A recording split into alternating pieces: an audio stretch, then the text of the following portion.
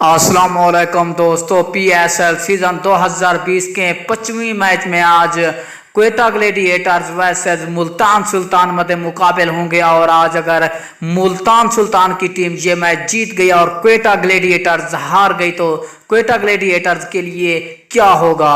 और आपको ये भी बताते हैं कि आज के मैच में बारिश होगी और ये मैच बारिश से मुतासिर हो सकता है या नहीं। महकमा मौसमियात ने सब कुछ बता दिया, आपको मुकम्मल तफसील से आगाह करने वाले हैं इस छोटी सी वीडियो में। अगर आपने अभी तक इस वीडियो को लाइक नहीं किया तो जल्दी से इस वीडियो को लाइक कर दें और चैनल को भी बिल्कुल फ्री में सब्सक्राइब कर दें ताकि आपको क्रिकेट से रिलेटेड हर नई आने वाली खबर वक्त पर और सबसे पहले मिलती रहें।